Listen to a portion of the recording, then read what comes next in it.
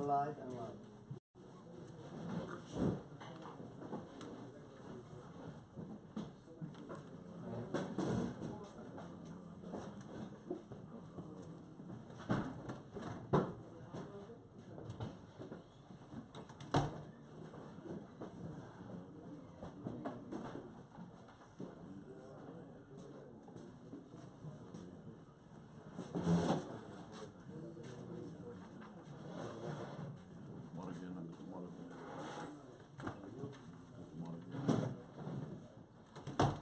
Hashem ki toiv ki le'elam chazda.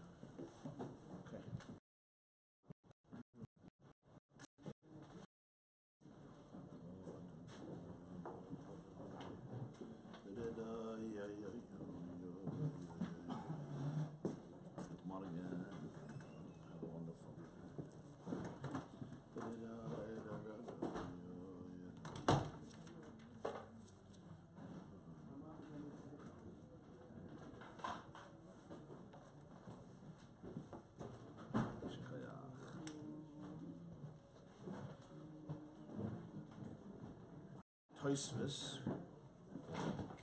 Daf Gimel on the base, V'ana achilna meshufre shufre. We learned a piece of Gemarah, and now we'll continue with the Toisvis on that.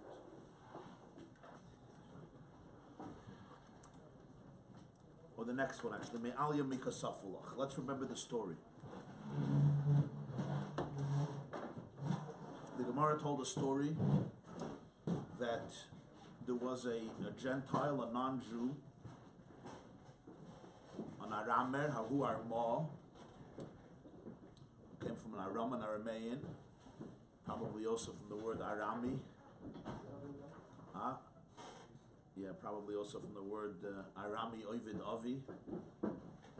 Lavan was from Aram, but it also means Ramai, deceiver. And he came to Rabbi Yehuda ben Seira. He used to go up and eat the Korban Pesach in Yerushalayim. And he came to Rabbi Yehuda ben Seira and he said, look at me. The Torah says no non-Jew should eat the Korban Pesach, and no Arel, nobody who didn't have a bris should eat the Korban Pesach. Nonetheless, I get to eat the best cut. The finest cut of the Korban Pesach, I get to eat. So Rabbi Yehuda ben Seira asks him, really? Do they give you the aliyah? Do they give you a part of the fat tail of the sheep? So the man didn't say anything, but obviously he knew that he was not getting the aliyah. So the next time, the next Pesach, when he went back up, he asked the chevra who he was eating with to give him the aliyah, to give him the fat tail. They told him that's impossible. Nobody gets the aliyah because it's part of the carbon that goes up on the mizbeach. It gets burnt. It's not the part that we take home to eat. Together with the other fats, the chalavim, the murim as they're called, that they had to take out from the sheep or the goat and burn it on the mizbeach. By the sheep, the aliyah was one of them. So what happened? They started to wonder, who told this to you? Who suggested that you ask us to eat the aliyah? So this is what he said. He said, Rabbi Yehuda ben Besaida told us to us. So they wondered what is going on there. Why would Rabbi Yehuda say such a thing? To tell a man to ask for the aliyah when it's not something that you can eat. It's on the mizbeach. They realized that there's something off, something strange. So the Gemarah finishes the story. They started to examine and check, and they realized that he wasn't even Jewish. And the end of the story is V'katlu, they killed him. And they send a message to Rabbi Yehuda ben Besaida, peace unto you, shalom lach Rabbi Yehuda ben Besaida. You're in Nitzivin, but mitzudascha, prusa b'Yerushalayim, your net is spread out till Yerushalayim, meaning you manage to influence even Yerushalayim, and literally the net, to chap, to trap this person who was lying, who was deceived. Let's see Tosfos. May aliyah mikasafulach. Afal gav digdi ein aliyaser kreva. Tosfos asks a question. Rabbi Yehuda ben Besaida asks him if they give you from the aliyah. And obviously the answer is no. But the question is, why not? If a carbon pesach could be a sheep or a goat, if it's a goat, then the aliyah doesn't go on the mizbeach. Only by a sheep does the fat tail get burnt on the mizbeach. So this whole thing wouldn't work. The whole idea is that you should ask a question, get me from the aliyah. And then they say that doesn't make sense. Because the aliyah, you can't eat. But with a sheep, the whole thing wouldn't work.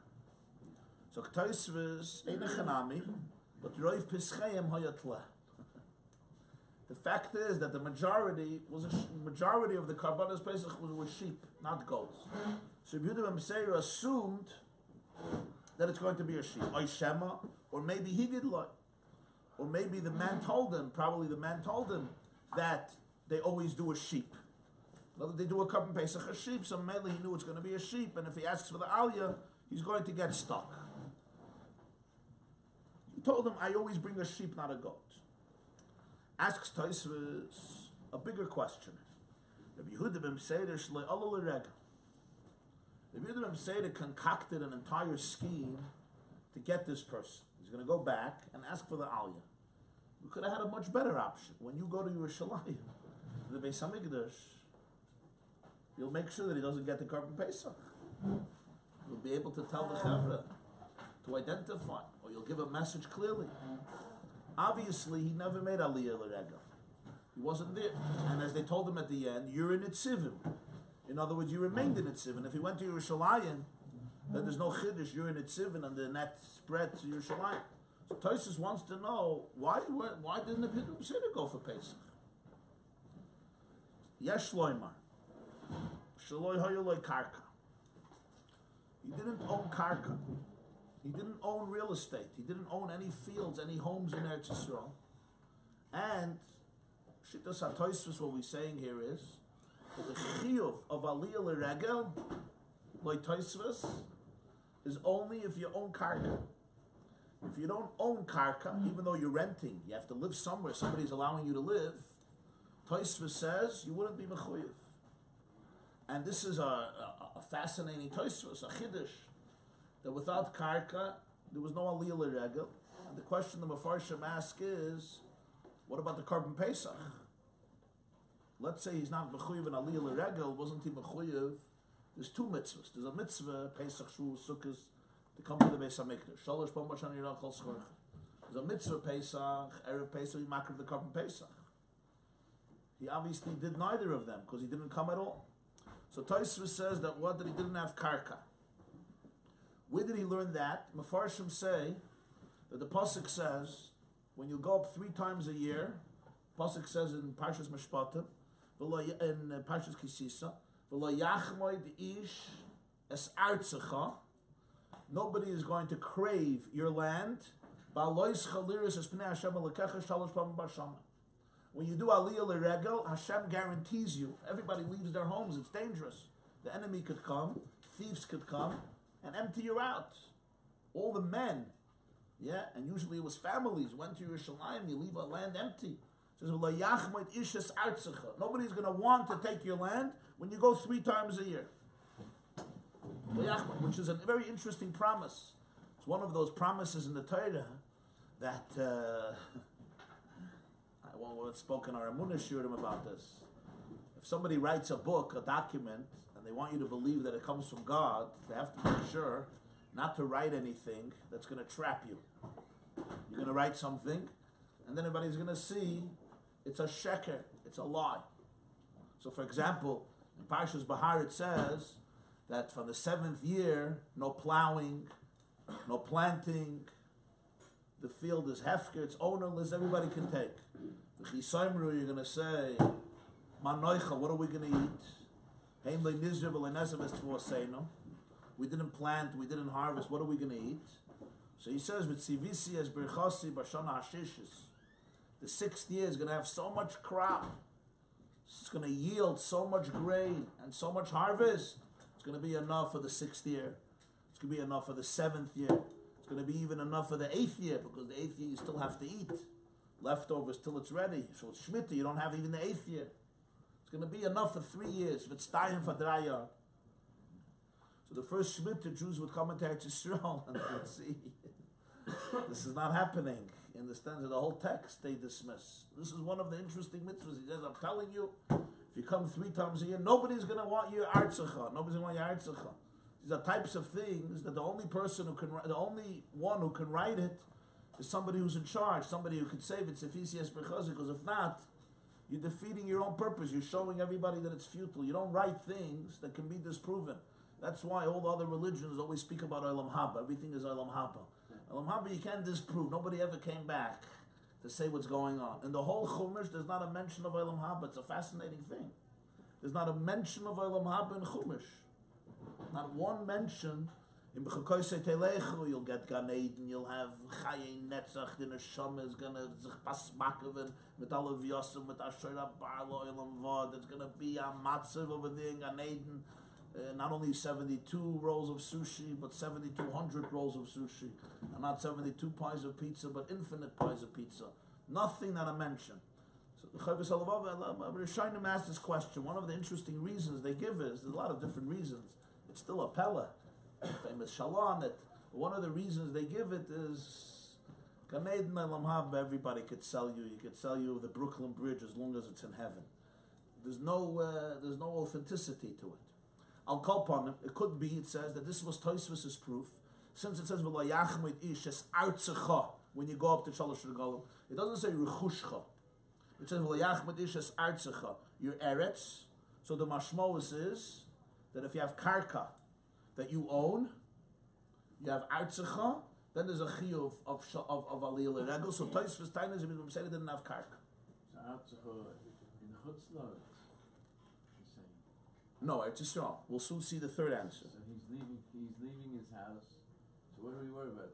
In Eretz Yisrael, he's going to Yerushalayim with his family. Oh, it's in Eretz Yisrael going to Yerushalayim, yeah. Not Chutzlar. Yeshloim Shloim lekark. Oy zaken hayer sheni yachal alach beraglov. The potter mit Pesach k'may Maria. Or he was older, so he couldn't walk. So he's potter from the carbon Pesach, like he's potter from Re'iyah. Re'iyah is the mitzvah of Aliyah L'Regel. The Mishnah says in Chagig is somebody who can't walk. Shalosh Bam Bashan, it's a Shalosh Regalim, right? He can't go Beraglov, so he's potter. Inami, a third reason is Netzivin Chutz La'aretz. He lived outside of Eretz Yisrael. Kedemuchach b'sefri b'parshas Re'eh. How does Re'iyah work? Re'iyah means to see, Aliyah L'Regel, to go up to the Beis HaMikdash. No, if he can't go with his feet, he's potter from the mitzvah of Re'iyah. The mitzvah of Riyah is the mitzvah to go to the Beis HaMikdash. That's the, because it says, Yeirah kol schorcha, so it's called mitzvah Riyah. Yes, that's the machlokes b'Sila b'Shama, yeah. And then when they lived in the Chutz Laretz, was Mechuyev. That's what he says. Netziv in Chutz Laretz, because the Muchach b'Sifri b'Parshas Re'eh, v'oid b'Targum Yerushalmi, on the Pasuk, v'erech v'achad v'chelna b'eretz Shinar, which is Bavel Metargem v'hadas u'netzivin v'katisfi. So what do we see from here? That Netzivin is in Eretz Shinar, which is Babylonia, present-day Iraq. That's where the Yehudim Seida lived, in Netzivin. We see from this Targum that Netzivin is outside of Eretz Yisrael. So Tosfos learns that since he's outside of Eretz Yisrael, he was potter. So Tosfos gives three different reasons. The first is maybe he was in Eretz Yisrael, but he didn't own karka, so he wasn't mechuyev in aliyah l'rega. The second reason is he was older and he was sick; he couldn't walk, so he was potter. Even if he owned karka, and even if he was in Eretz Yisrael, he was still exempt. The third reason is nothing to do with not owning karka in Eretz Yisrael or being old. He was in Chutz Laretz, and therefore there was no chiyuv, because he lived in Netzivin, he lived in Chutz Laretz. Three justifications why the Yehudim Seida stayed home and did not do aliyah l'rega. The question is, this is a Tosfos that created a lot of commotion, because the big question is, let's say he doesn't have karka, or let's say he's in Chutz Laretz. Why is he patur from Korban Pesach? Why is he patur from Korban Pesach? One of the explanations that Slach in Tziyal and Nefesh Chai Denoy de Yehuda says, an interesting reason, he says it's not connected. The reason he's patur from Korban Pesach is because he's b'derech rechaika, since he's far away from Yerushalayim. So mainly he tain is that he's not mechuyev. He's far away, that's what the Tzlach holds, and therefore he wasn't mechuyev either in Korban Pesach. Agav, I once saw a vart, somebody says, Tosfos says, Yesh loy mashaloi hoyoloi karka. He didn't have karka, from everybody he didn't have karka. So there's an interpretation, an interesting vart. The Gemarah says in Sanhedrin that there was the famous Atzamas HaYeveshes, and Yecheskel, the Navi Yecheskel that we read, the Shabbos Cholamoyed Pesach, the Haftarah, there's a story that he went out to a valley and he saw dry bones. And Hashem asked him, do you think these dry bones can live? And he said, you know. And these dry bones, Atzamas HaYeveshes, he blew a spirit into them, they came back to life. So the Gemara gives, I think, 5 interpretations who these dry bones were. One interpretation is it was a mashal. It was a metaphor. It was a parable that the Jews are going to come back to life. Even the dry bones are going to come back to life. To the Navi Yecheskel, who was the Navi during the Churban of Bayis Rish. One interpretation is these were bones of Bnei Ephraim. There was Shevet Ephraim that left Egypt early. Moshe told them it's not time yet. But Dachak Saketz, they left early and they were killed by the Plishtim. And these were their bones of Shevet Ephraim that left Mitzrayim early. And then there's other interpretations. And one interpretation is it's a mashal, it's a metaphor. Amad Rabbi Yehuda ben Beseida al Raglov. Rabbi Yehuda ben Beseida stood up on his feet, and he said, I'm an Einakul. I'm an Einakul of that Atzamas HaYeveshes. In other words, it's not a mashal. My Zayda was from one of those dry bones, and these tefillin that I'm holding is Mishalavi Abba, comes from the Zayda, comes from those Atzamas HaYeveshes. Oy bazay, it's a geshmak avart why he didn't have karka. It's a geshmak hamtzah why he didn't have karka, because if he was from the Bnei Ephraim, so they never made it into Eretz Yisrael, and therefore, according to the first interpretation, the land was never split up to them. So if it would say they never had karka that the family owned. This is a hamtzah I once saw. It's tzarich iyun bepoil mamish. You have to probably need hasbara, because he also added that these tefillin come from the Zayda, who came from those Atzamas HaYeveshes. The Bnei Ephraim left Mitzrayim before there was a mitzvah of tefillin. Tefillin was given to the Jewish people through Moshe Rabbeinu by Yetzias Mitzrayim. So how did they have tefillin? They were killed in a time when there was no tefillin, right? Tefillin was after Yetzias Mitzrayim. It was given to the Jewish people. It was given to the Jewish people later. Okay, so yeah, it probably needs hasbara. But the chap is an interesting chap. No, he said that the tefillin comes from the Zayda, Atzamas HaYeveshes. Ah, that's what you mean. Okay, if you touch it like that, after he came back to life, he acquired tefillin. when you see Okay. that you see how you're going out of it. Yeah. Yeah. Okay. Ha'ara ba'alma. I'll call upon. According to this vart, that it was Bnei Ephraim, there's other interpretations. I saw it once. So you can't say that the knockout that was distributed was 100% of the karma, and since they're all connected, all some distribution of property at some point, that their descendants, their collateral descendants took, so therefore he has a yard. Yeah. You can't Perhaps. say that. Right. Right. Yeah, right. Now,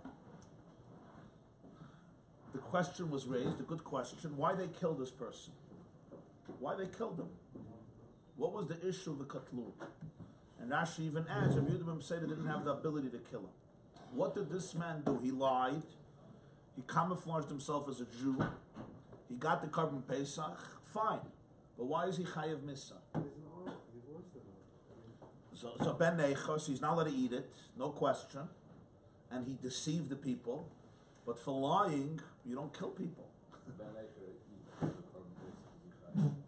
No. What does that say? Maybe doesn't mean they killed him.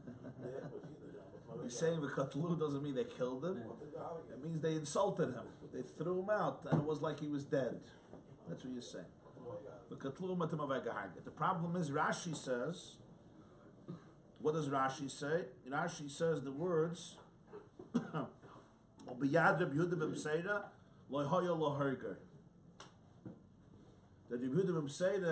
didn't have the ability to kill him.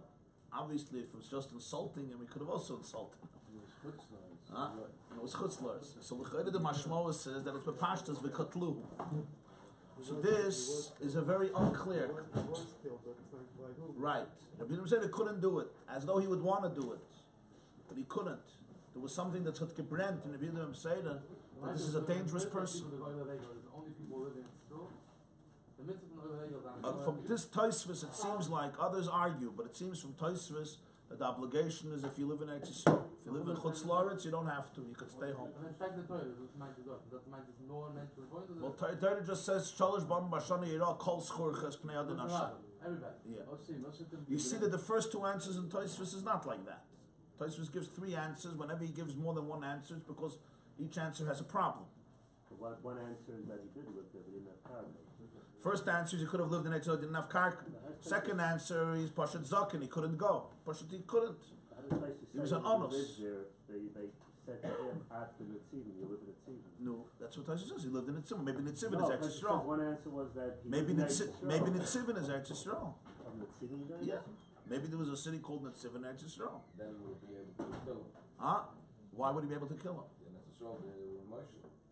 No, this is the end of Bayesheni. They weren't Moshlim at all. This is under Roman rule. The Jewish people did not have ultimate authority. Already 40 years before the Churban Bayesheni, the Sanhedrin moved out of Lishkas HaGazis and they stopped trying any capital punishment. Already 40 years before the destruction of the second Beis HaMikdash, it says in Site that the Sanhedrin quit with all capital punishments before the Churban Bayesheni. Rabbi Yehuda Memseda lived through the Churban Bayesheni. The Gemarah says later in Pesachim, he said, the time of the Beis HaMikdash, ain't simcha basar. Now with the Churban Beis HaMikdash, Rabbi Yehuda Memseda was from the Tanoim who lived through Churban Bayesheni. In other words, he was at the end of Bayesheni. This is the last period of Bayesheni, because he speaks about the Churban Beis HaMikdash in his times. In other words, he lived through the Churban. So already 40 years before, there was no capital punishment. The Katlu, so it could be it was 40 years before, we're not sure. But the Bidum said himself couldn't kill the person. The big question is, why would anybody want to kill him? Do we know why this guy was so interested in this car? And that brings a bigger question. Why did he need this for? That's the question. Vasatam ge'egben. What do you need? You're looking for lamb chops? What's the big deal? You have to go schlep to Yerushalayim. Do you know what stupidness there was in Nazar over there? You know what was going on in the Beis HaMikdash? Yeah? You don't have to do it. Was felt is the eyes. What do you need this for? What do you need the headache? You know Jews Erev Pesach, they're stressed out. There were no hotels done. You know Jews, and when you have to do a Chalil Irega? What a sight to see. It was a sight to see, so come see, come with binoculars, go on a helicopter, whatever. schleppt sich, and wow, I fooled him, I'm a Jew. Wow, you got a piece of the sheep. He was up Sabal Madrege, he wanted the Giluyim of the Karban Pesach. What's the Gezuch? He saw the Yidden, how they had such a geschmack, such a simcha for doing it. Okay, so go put on tefillin, go wear talesim, go shake a sroigim, go clap shyness, go light Hanukkah candles. What was this guy wanting? Stam, it was a prank. He was bragging to them, say to Stam, he was a bored guy. He said, let me go, I'll make believe I'm a Jew, yeah? Yeah, he put on a streimel. They wore streimel, whatever he did, and payas and everything, and fine. Then he comes to B'dim Seder and he's bragging. The Gemarah doesn't address any of this. The Rishonim don't ask this question why they killed him. All the Achronim ask the question because apparently the Rishonim had a reason. They don't ask the question, but all the Achronim ask it. All the Achronim. The Minchas Chinuch L'Mashal Tainas, it was an issue of Gzela. He stole, it's Kotche Shamayim, Kotche, a carbon belongs to Hashem. Hashem gives a Jew a right to eat it. He doesn't give a non-Jew a right to eat the carbon Pesach. Goyim could bring their karbanis, but a carbon Pesach is a Jewish carbon. If it's a Jewish carbon, you guys, Gzeil is one of the Sheva Mitzvahs B'nai Noach. You're stealing. It's one of the Sheva Mitzvahs B'nai Noach. There's a death penalty, that was the issue. The Kovish, that's what Minchas Chinuch says, one of his reasons. The Balchanan Wasserman, in the Kovish Shiurim, Hashem Yinkum Dama, he says it was Gezel from the Jewish people. That's what it was. Why was it Gezel from the Jewish people? Why was it Gezel? Because to eat from the Karban Pesach, you have to be part of the Bnei Chabura. Every Karban Pesach had a Chabura. It was an interesting carbon, unlike any other carbon. You had to subscribe to the Karban Pesach, which means you couldn't just come into a Seder and eat. When we say today in Halach Ma'anya, right? Kol dechvin yesev v'yechel. Kol detzrich yesev v'yifsach.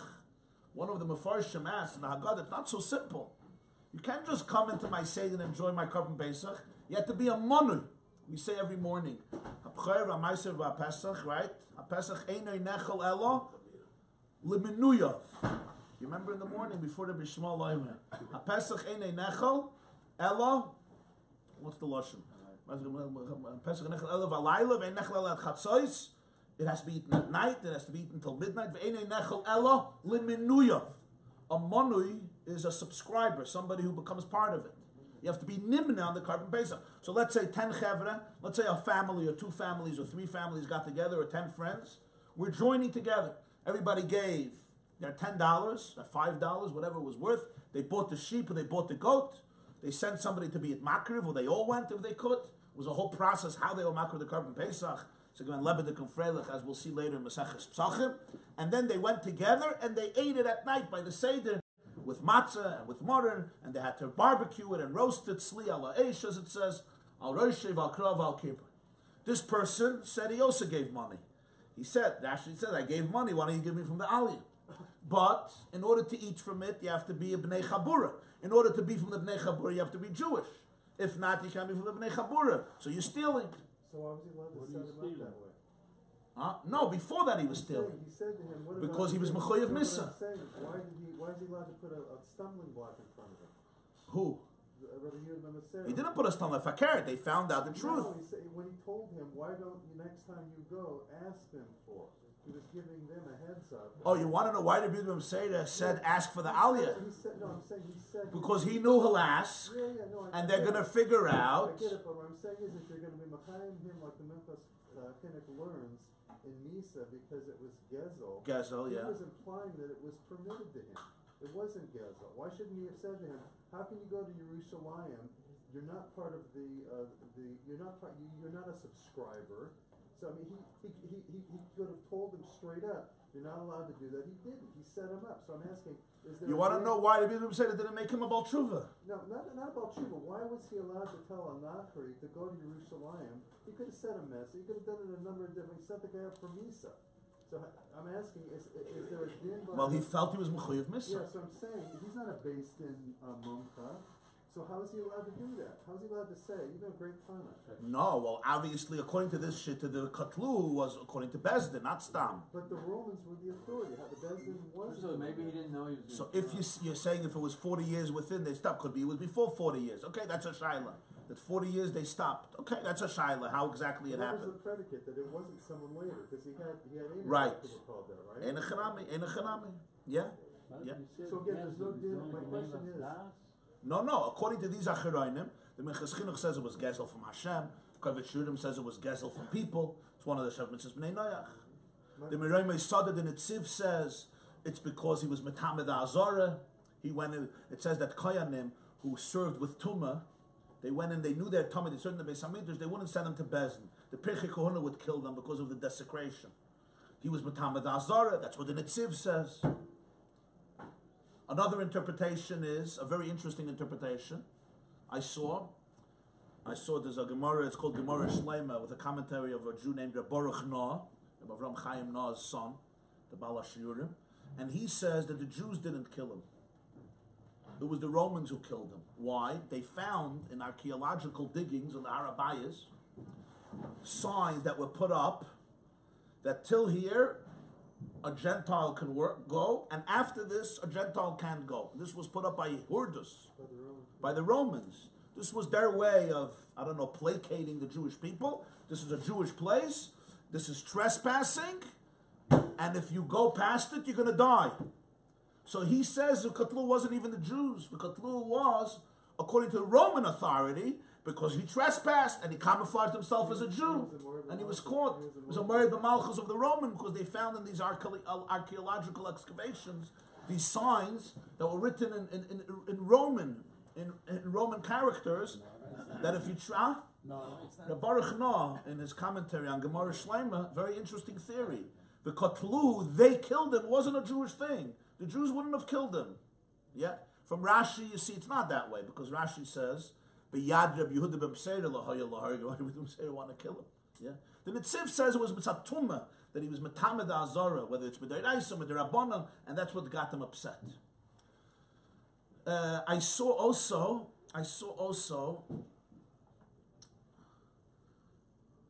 the Vart of Reb Baruch Noah. I saw the Sefer Me'il Shmuel. He also says the same thing, that he found in a Sefer that when they were digging in Tafrei Shlamid Bey, somebody wrote that when they dug, they found a sign over there that if you pass this, you're not allowed to, if you're a Gentile, you're not allowed to go more than this part of the Harabayas, and if not, you should realize you're putting your life in danger. No. This is a Sefer Me'il Shmuel says it, and Reb Baruch Noah. There was a Jew, Reb Baruch Noah. He passed away a few years ago. He lived in Eretz Yisrael. He has a Sefer called Gemarah Shleima. Masechta Pesachim. It's a big Sefer, and he brought all the text and the Gesayos. So he says that there. This is obviously a modern interpretation based on the archaeological discoveries. It couldn't have been an old interpretation. So it's a whole different idea. Of the Katluhu. Could be also the Romans didn't want that their people would become the Scottish Yiddishkeit. Could be that too, yeah. That the Romans didn't want that they should see what's happening in the Beis HaMikdash. They should get turned on, huh? In China today, the Shulchan are not allowed to allow any Chinese people to come. Yeah. Is there a din against between a Jew and a Goy? Yeah. So that would be is that a Doraisa level? That's a good question. He knew he was doing something wrong. That means it was bemazed. Right, no, he knew, yeah. The flavor of the Jew. Yeah, but he was machshel the Jew. He's saying another thing. The guy was machshel the Jew to give him the Korban Pesach. There's a halacha, kol ben neicher lo yoichal boy. Huh? Yeah. So you're saying Rashi means not the Bidduim say they couldn't. It wasn't the Bidduim saying his job. Rashi means it wasn't his job. It was the Romans' job. Okay. It's not the pashtus what Rashi means, but you're saying Rashi means it's not our thing to do. But it's mashma from Rashi that Bidduim say they would have wanted it. Another way you could look at it, the Minchas Chinuch brings also, when it says Kol ben neicher lo yoichal boy, no Gentile should eat it. Who is this a mitzvah on? Is this a mitzvah on the Jew, or it's a mitzvah on him? If it's a mitzvah on the Jew, I'm not allowed to give my Korban Pesach to a guy. So when he eats the Korban Pesach, he's not over on Kol ben neicher lo yoichal boy. It's a mitzvah in Parashas boy to the Jewish people. That's how the Rambam learns. A Jew is not allowed to give the Korban Pesach to an Arel or a ben neicher. So you can't blame him for it. It's no mitzvah on him. Or you could type Kol Ben Nechel Lo Yochal Boy. I'm not allowed to feed him, but he's also not allowed to. So he's over also. In other words, it was an Isser on him, mamish, and it wasn't b'shoigig. He was bragging about it. It's after Mazid, it's a Mazid with a Hasra. I mean, he said, I do it and I'm happy about it and I know that it's an Isser. So if you learn that it's an Isser on him, then it could be also another interpretation. Anyway, some even say it's an union of Eva Menachai, because the way they roasted the Korban Pesach, it was Eva Menachai for a non-Jew. That's also the Minchas Chinuch brings, Charles Chuvas Yala Yehuda brings a lot of different interpretations, but it's a Lebedik and Freilich to understand what exactly was happening here. However, there's one more interpretation. Maybe it was Erev Shabbos, Friday night he ate the oilam and he kept Shabbos from Nisa. You mean he kept Shabbos? He was kept Shabbos with them, that's a couple hours, I don't know, maybe. When did he keep Shabbos? He ate Friday night by the Seder, No. so he kept Shabbos. He was there for a couple hours with the oilam. So Goyish Shabbos, you say? Yeah, come from Nisa. Okay. I'm just, you know. When I was reading it, learning the Gemarah, and I was thinking about it, and I was bothered. Forget why they killed him. Why did he do this? What was he looking for? And I think if you can answer that question, maybe the answer to this is a completely different answer. So I was looking around, and I found there's a sefer called Charles Chuvas Maratz Chius. There was one of the great Gaonim of the 1800s. His name was Reb Tzvi Chius. It's spelled Ches Yud Vav Sof. The Maratz Chius. In English, it's spelled C-H-A-J-E-S. So C-H-J-E-S. Chages. C-H-A-J-E-S. It's Reb Tzvi Chius. He was in Galicia in Poland, and he lived in the 1800s. And he was a huge Gaon. And he wrote a lot of svarim. One of his svarim is Charles Chuvas to people. So I saw in Charles Chuvas Maratz Chius and Simon Beis. He says he wants to say something new, a davar chadash. And I have to say Baruch Shekivanti, because I was thinking in the same mahalach. Although he does it in his own way, I'll tell you what the Maratz Chius says. He says this has nothing to do with a mitzvah and an aveda. This had to do simply with espionage. This was an issue of espionage. The person was coming for one reason. He wasn't interested in no Korban Pesach. Couldn't kill himself. He was a dangerous man. He wanted to know what's happening in the inside life of the Jewish people. So you have to go to a place where there's only Jews, time of Pesach, when they're celebrating Yetzias Mitzrayim, emancipation. It's under Roman rule and under Roman occupation. There were Jews who sided with revolting against Rome. And therefore, he camouflaged himself as a Jew to be a spy, to find out what's happening. And he goes on and he says, so I thought of this, that's why he did it. And the V'katlu had nothing to do with an Isser.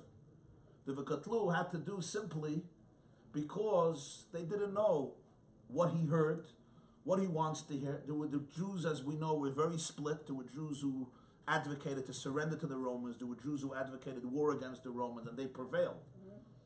Right? And the Gemarah says in Yuma, the reason the Churban Bayesheni happened was because of Sinas Chinam, because Jews simply couldn't get along.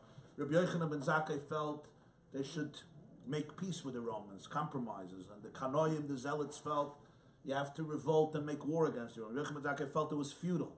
And they burned down all the grain in Yerushalayim, so there should be a hunger that should be forced to fight. And then Rabbi Yochanan ben Zakkai got out of Yerushalayim, feigning as a dead man, to negotiate with Vespasian. But according to all of these interpretations, I mean, whichever way you want to see it, what this guy was interested in, if this is true, it was close to the Churban, and they were frightened that he is going to be a Moser, and he's going to give over information that's private and confidential, and they killed him. If this is the case, Rashi's words would then make sense. Rabbi Yehuda ben Peseda realized he's a dangerous man.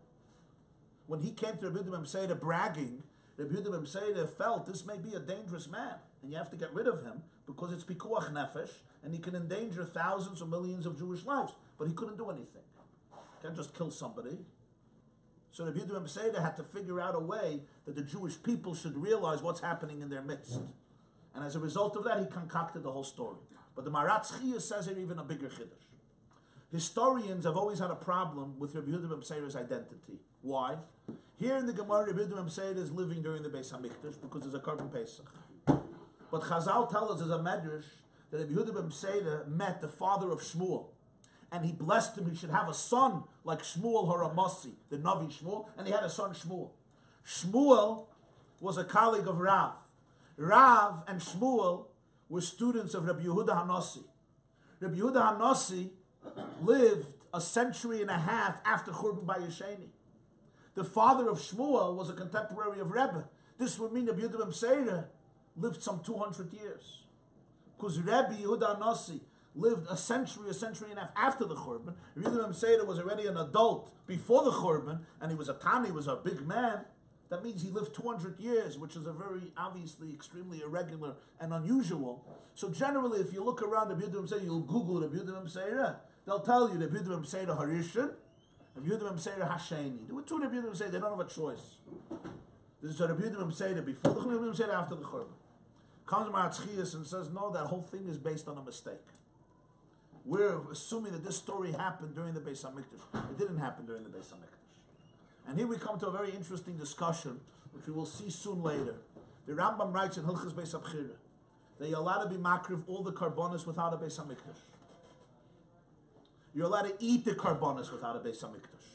As long as you have a Mizbeach, and you go onto the Harabayis, and you know where the Mizbeach has to be, and you makriv a carbon without a Beis HaMikdash, without anything, no Beis HaMikdash, no whole avoida, because you don't have the Beis HaMikdash.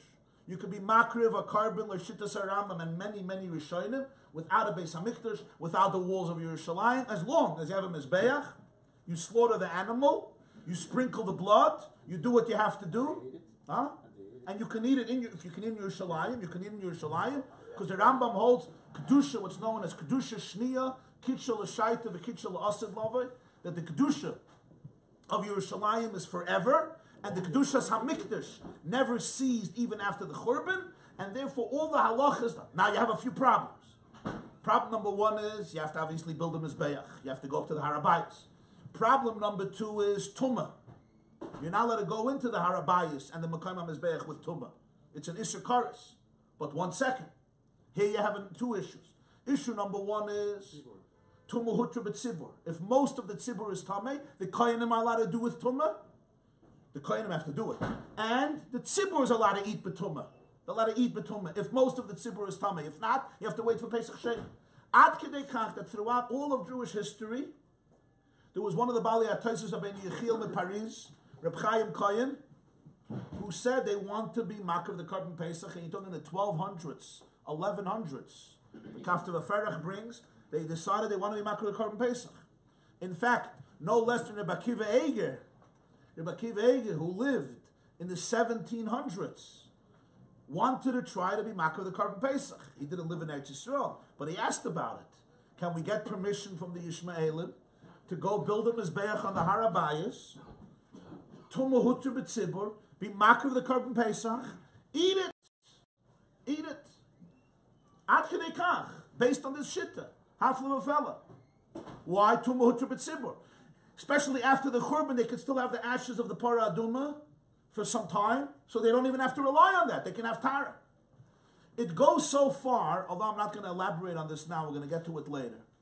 It goes so far that the Lubavitcher Rebbe Tainet, after the 6-day war, when Jews had a right to go on the Harabayas, he suggested for quite a few years, this was quite dramatic, that it may be an Isser Kares to be in Yerushalayim on Erev Pesach, because you're mechuyev to be makriv of the Korban Pesach, and you're allowed to do it. And therefore he said Erev Pesach after Chatzos, any person who's mechuyev b'mitzvah should go outside of Yerushalayim. Tesvav Mil, 15 kilometers, that's called Derech Rechaika, and then you're not mechuyev. And Pesach Sheni also. And that's why all Chabad Chassidim, or anyone who followed directly Lubavitcher Rebbe, Erev Pesach was not an easy day for them after 1967. They used to move out. Huh? So 1967, he felt there's a chiyuv midayraisa, according to the many Rishonim, and if not, it's an Isser Kares. A few years later, Tov Lamed Hey, he wrote to Rav Zevin that he doesn't think it applies anymore because Israel. Because Israel surrendered so much to the Arabs that today they don't even have control, even if they want. They're so frightened from the world. He says it's already not a possibility. It's like earlier. It's like 1966 when it wasn't shaykh. It wasn't shaykh. But those few years, he felt it's a shaykh. Ad kedei kach. So the Maratz Chiyus says this is pshat. Why did they make a big haste not to go up to the Arabite?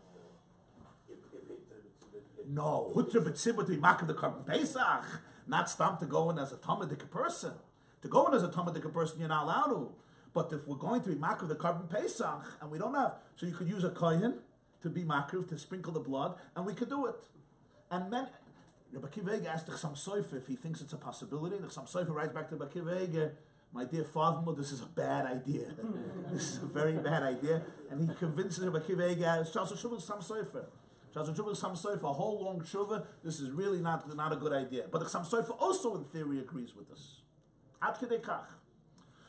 According to this, and this is not just one shitta. This is Bali Tosfos hold like this. The Rambam hold like this. Most Rishonim hold like this. There are a few shitta those who don't hold like this. But many shittas is you're allowed to do it. You're allowed to be makriv a carbon without a Beis Hamikdash, and you're allowed to eat the carbon without a Beis Hamikdash throughout Golos. With this, the Maratz Chiyus explains. You see in Gemarah that Gamliel spoke about the carbon Pesach that he brought with the of his Tavi, his Evet. And this Ram Gamliel was Ram Gamliel, he lived after the Churban.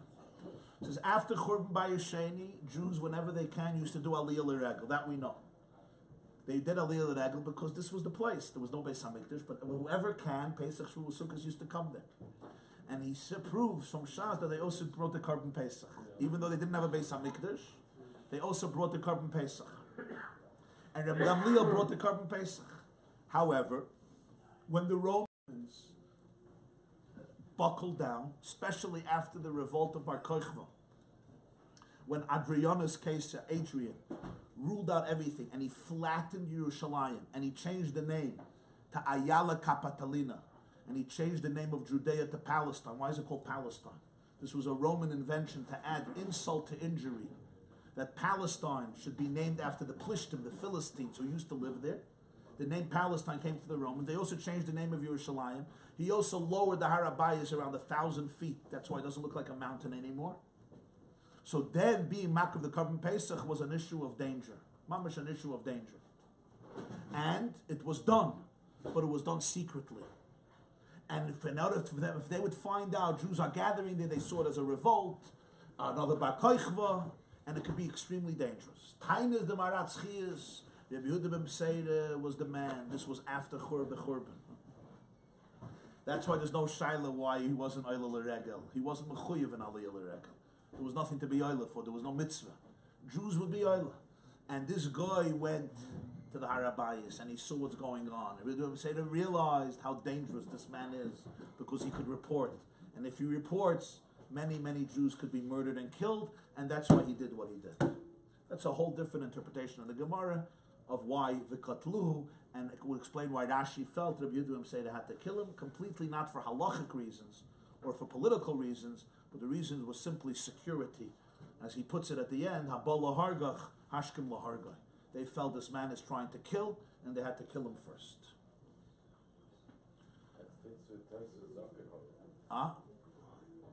No, Tais was saying why he's not mechuyev in Aliyah L'Regel. If this is after Churban Bayesheni, it's a whole lot. I just want to add one vart, and this is brought in Sifrei Kabbalah al Pi Nister. I'm not going to be ma'idich in it. Pesach means upasach Hashem. He leaps over.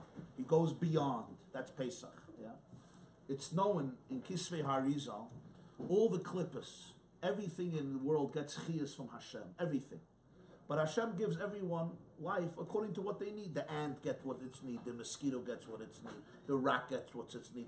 Everything has its chiyus, its measured. That which is not kedusha gets a very limited amount of life from Hashem. It wants more. But what's called through the regular channels of ishtalshalus, it can't get through the regular channels because you get this, you get this. So that's why he wants to get from the Korban Pesach. Pesach is beyond ishtalshalus. It's beyond structure. It's leaping over. It's beyond finiteness. From there you can get. So Yehuda ben Beseira realizes he's right, but he tells him, go take from the Aliyah. The aliyah is the fattest part, the shuman, which is known as tainug. It's brought in Sifrei Kabbalah and Chassidus that they can get. I'm not going to be meidach on this. They can get from what's called arich, but not from atik. They can get from rotzen, but not from tainug. He says, "Kmicha sofel l'chamayaliyah." You can get a lot of stuff from beyond the structure, but you can't get from the aliyah. From the aliyah, which is the fat, the ultimate tainug of Hashem, they're not going to be able to get from that. Once he gets from the aliyah, im tagbi kenesher mishama ridchan om Hashem. That's already on a different mahalach. I just wanted to mention that. I'll call panim. Question? Yes. The Tuli could eat because he was an avid man and he was mild? Yeah. Tavi avdi kasher hoya. If he was a spy, Why would he tell Rabbi Yehuda ben no Seder? profile and why would he lie? Why would he go to Rabbi Yehuda ben Seder and say, I'm a spy, ich bin a shpion, right? Huh? Yeah. That's what you want to know. Yes. You want to know why spies sometimes do stupid things. This is a good shaila. Every spy in history did one stupid thing. Don't you know that? Some of them were not effective. I'm saying spies that we know about. Have you never the Russians? They said something. They said something to give them out, right? Maybe he didn't realize. Maybe he didn't realize. Yeah. Maybe he didn't realize what the Yehuda ben Seder will see. Maybe he's in a tzivin. He thought. He was so old. Huh? He was so old. He wasn't ready to. Yeah.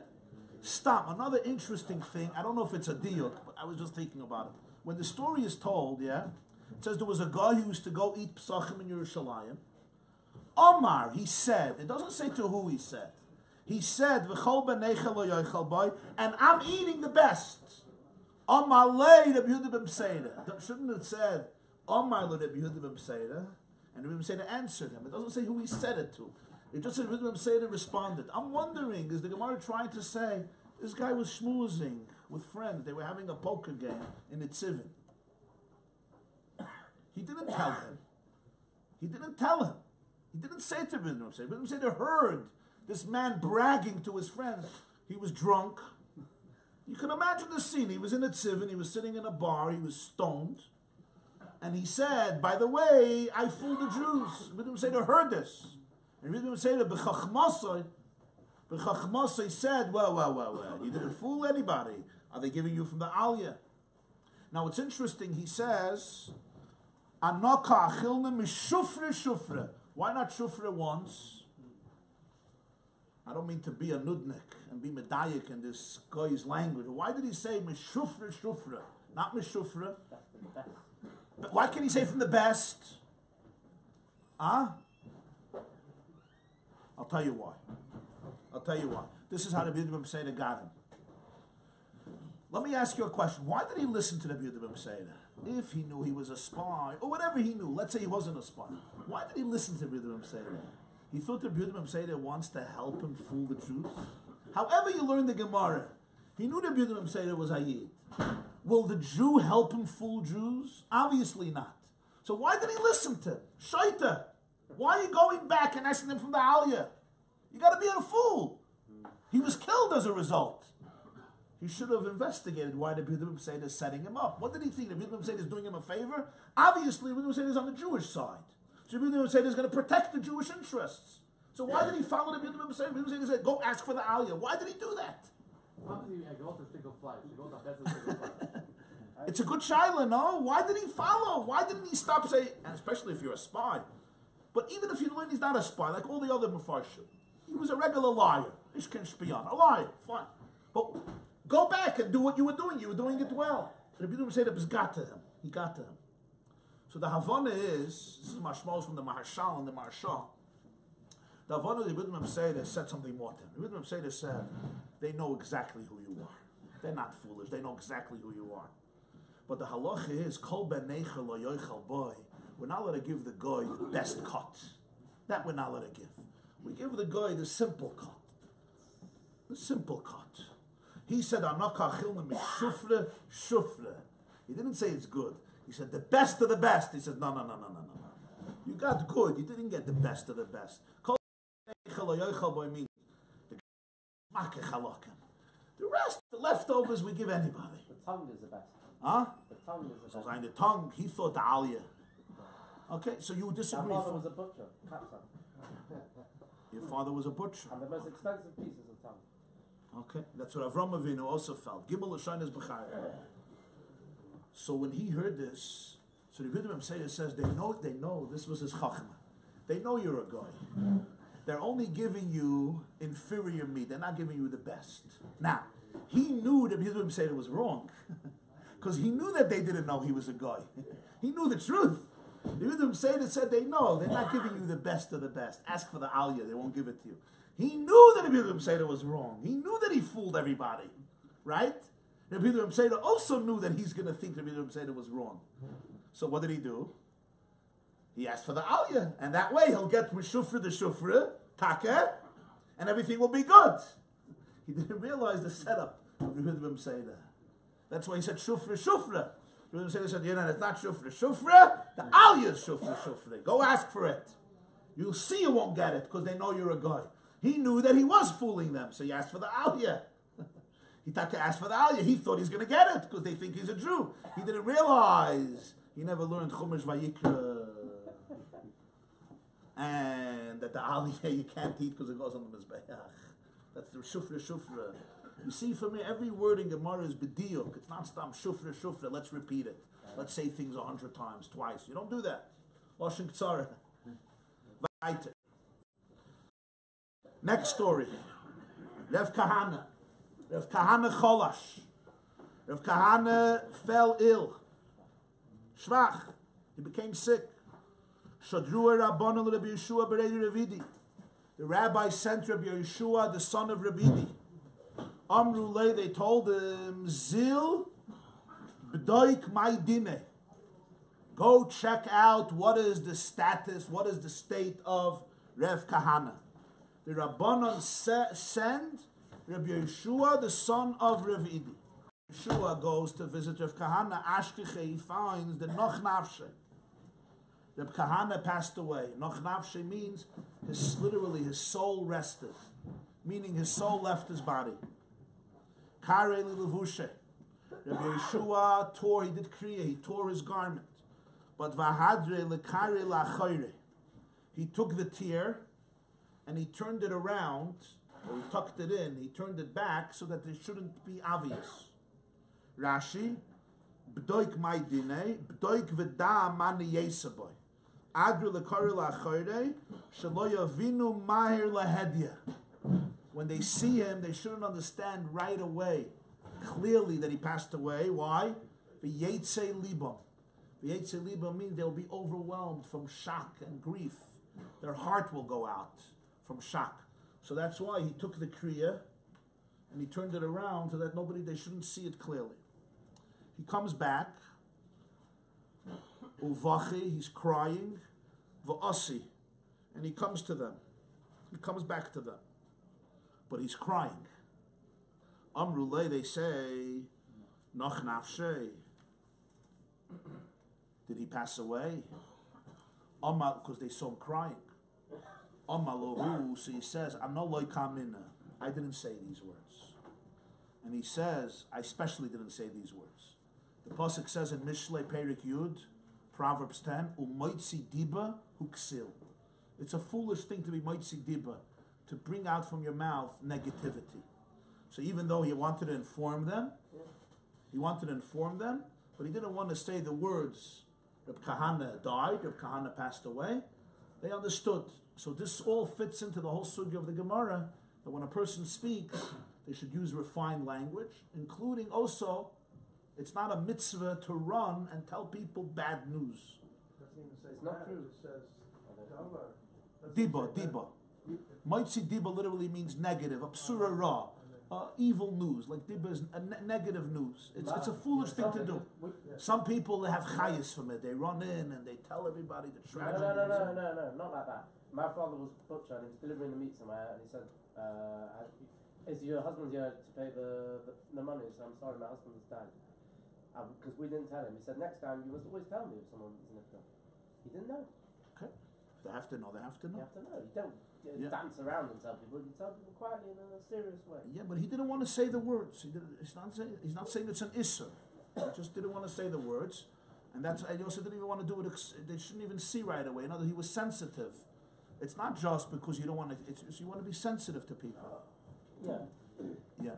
They say there was one Sayyid who he was a gambler. He had an addiction to gambling, and once he went to gamble, and he lost a lot of money. As in one shot, he lost $10,000, and.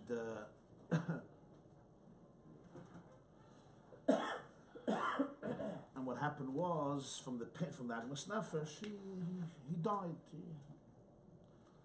And they got very worried, whatever. There was a Mashah, he died. Now they have to notify his wife. So they said to one of the Chivah, go to his wife, she's a sensitive lady, but just tell it to her with Edelkeit. Don't just do it with Seichel. Don't overwhelm her. So he went to the door, he rang the bell, she comes to the door, what are you doing? He says, well, I've spent some time with your husband. Where? He says, in Atlantic City. Oh, the rat went to gamble again? Says, yeah. How much money did he lose this time? $10,000. Well, tell him in my name to drop dead. So he says he did that already. So this was the edel way of refining the kotlu. The kotlu is I get. Okay, let's see this last story here, and we'll finish with this Amid. Yochanan Chakukah. Yochanan Chakukah, Rashi says, Kinui Hashem. This was the name that they, Kinui means like a nickname. This was the name they called. Yochanan Chakukah. Tosfos says, Chakukah, Pirsha ben Chanan al Sofer. He was a scribe, and Sofer from the word Mechaykik, an engraver. Veri Pirish Meir Chakukah Haya B'Sefer Yeshua. So Rashi just says it was the name he had. Tosfos says either he was a Sofer or he came from a city Chakukah. Yochanan Chakukah. Nafak L'Kiryasa. He went out to the villages. Why did he go out? Zakrashi L'Kfarim Liris Betfuas. When you're in the city, there's no farms there, as we know. You go out to the villages, it's farmland. So Yochanan went out from the city. He went to the villages to see what's the matzav of the grain, the new crop, the new harvest that comes out, usually in spring, or the later one. He went to see what the grains look like. Kiyasi comes back. Amruleh, they tell him, Chitin nasu yafis. The wheat is good this year. How do they translate nasu yafis? The wheat is... Huh? Did the wheat harvest, did the wheat crop turn out well? Yafis means beautiful, nice. Now, the truth is that it was horrible. The wheat harvest was not good. Amar lahem. So what does he say? He says, Sa'orim nasu yafis. The barley harvest turned out well. No, he doesn't want to say the wheat is horrible, it's disgusting. He says the barley is nasu yafis. Zok Rashi, Sa'orim nasu yafis, u'miklal dvar mashma shachitim loy nasu yafis. From his words, he indicates that obviously the wheat did not turn out well. That's why the story is told it. He didn't want to emit from his mouth a dvar klola, again a negative saying, something that's a curse, because remember, we think, okay, the wheat didn't turn out well. What's the big deal? Go to the store and buy. You have to understand, in these days, throughout much of history, if there was no wheat crop and it didn't turn out well, it resulted in a klola. It was a horrible thing. There was no food. It wasn't like you go, you'll get food somewhere. You go to Shiner Shul, you'll eat a soup if you're hungry. You're fine. It's a dvar klola. It's actually this dvar klola. It's a curse. If there's not enough chitin, not enough food, there's starvation, etc. He didn't want to say it. So he said, Sa'orim nasu yafis. So what happens now? You would think the story should be over, yeah? Amruleh, they told him, Seyu vasil asusim v'chamayrim. This news you could go tell to the horses and the donkeys. Geht etzähl the Pferd and the Eselen. This news. Shenemar, the pasuk says in Malachim ala perek, Hasa'orim v'hatevin l'susim v'lorechesh. The barley and the straw goes to horses, and rechesh are fast-mounting horses. What's rechesh? Speedy mounts. You have in the Megillah, right? Achashverosh sent harechesh va'achashtranim. You remember? What the rechesh? The rechesh are fast horses. So the pasuk says, barley and straw is for horses and for fast horses. So you're telling us that the barley came out well. Why don't you go tell the donkeys and the horses? They're interested. Because wheat was considered human food, and barley is considered animal food, animal fodder. So go tell the horses. When you put barley in cholent, it's delicious. And who eats cholent? Me. Okay. Frag the Gemarah. That's the end. Sagt Rashi. So b'meila tzei b'asusa b'chamoyim. Frag the Gemarah. I don't understand. What do you want from the man? He's telling you sa'orim nasu yafas. What should he have said? Not good. Go to the horses. So the Gemarah, he should have said eshtaked nasu chitin yafas. Last year the chitin turned out well. So you would understand this year not. Inami should have said adoshim nasu yafas. The lentils turned out well. So Rashi adoshim ma'achal adam. Chitim and adoshim ma'achal adam. Focus on human food. Say last year it turned out well. The lentils turned out well. When he said the barley turned out well this year, they said this is for the horses and the donkeys. The first day is the Maisa. He wanted to get the point across. What's that from the Meshigamach? One question. I want to ask another question. What do you think is more Lashon Nakiya? Listen to English. The barley this year turned out well. Okay? One expression, which as we see is the wrong thing to say. But here's another expression, and this is perfect. Go tell this to your horses. Which one do you think is more respectful? First one. First one is much more respectful, right? So tseya vasel susim v'chamayim, that's perfectly fine. Go speak to the horses. What are you speaking to me? In other words, it's basically I was saying, b'stafer gates of the fair. You belong in the stable. What they used to say in yeshiva, you were born in a stable. Born in a barn. You were born in a barn. You were born in a train station. Nobody knows? Okay, good. Baruch Hashem. You had great teachers. Go tell the horses. This is a Lashon Nakiya. This is how you speak to somebody. Barley is not allowed to say. No. We don't talk about barley. We talk about wheat. But then you could say, go speak to the horses and the donkeys. Go tell this to the horses and the donkeys. That's very disrespectful. The language is much more disrespectful than Sa'irim Nasa Yafas. Shows how even a little disrespectful language can lead to... Afal Pikain, this is what they said, and the Gemarah embraces it. The Gemarah says they were right. He should have said, Chitim Nasa Yafas. Okay, something to think about. Continue tomorrow.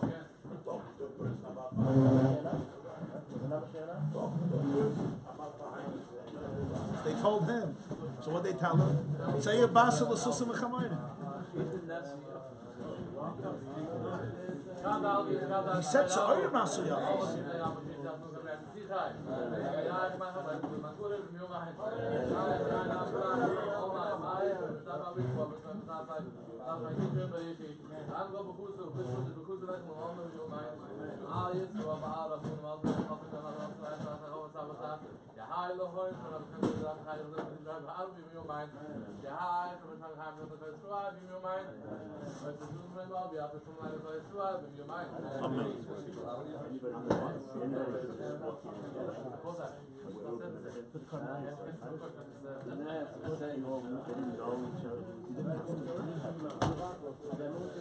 Taisus proves from this Gemarah that if somebody came and said, I'm a Jew, believe him.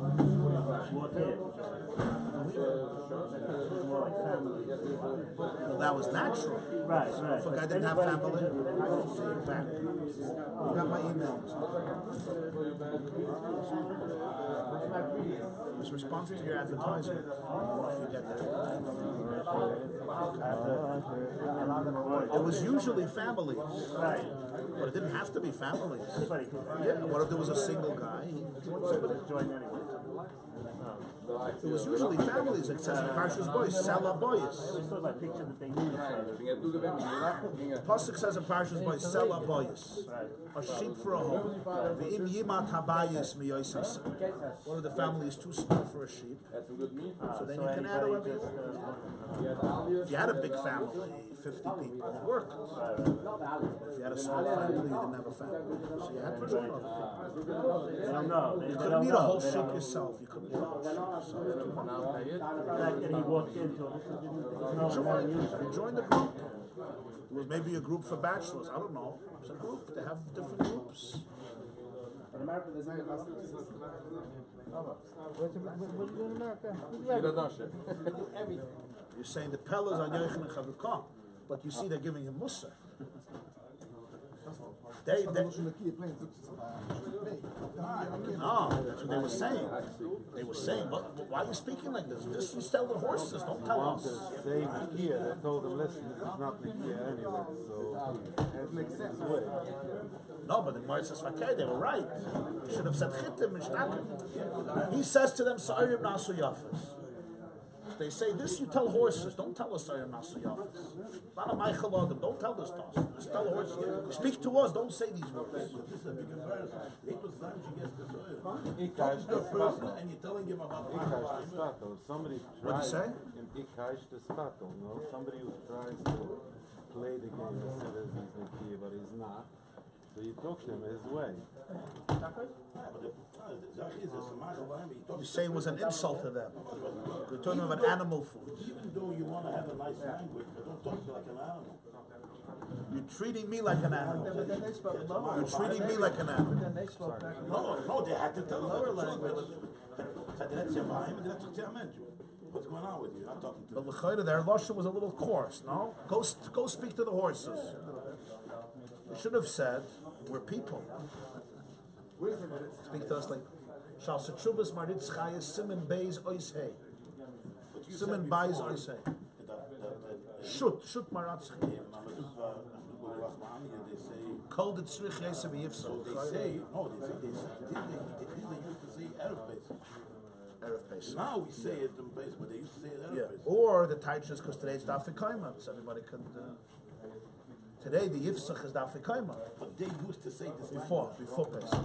Yes, I'm not sure the guy talked to the horses. That the horses those days, it's given a zach. Nicht stam as a slang, guy to the horses. A horse is given the zach. Kada met hem gefragt, la lopen. Ja. So when it's a look, darfst du nicht reden, darfst du so beklug. No, but they wanted to know Pasha the Matzah if it's good, if it's a good harvest. It wasn't all over. Maybe that's why they're so hard on it. They're saying that we asked you how the human food is, you answer us animal food. So that's right. So we asked you. And that's why the Gemarah said that they were right for saying that. That's what he said. In other words, an inappropriate response. So we asked you about human food, and you're telling us about animal food as though we're animals. And that's why they said go sell this to the horses. Not that we're animals. They were saying that you gave us the wrong answer. You gave us inappropriate information. They said, that's why the Gemarah said that these are the more appropriate ones. We should have said. They said in a nice language.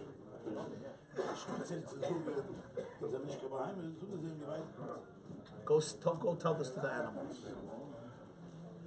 Okay. Thank you. I just saw just not so many things. So many things bounced back. That was a great show. It's Matzlacha. Usually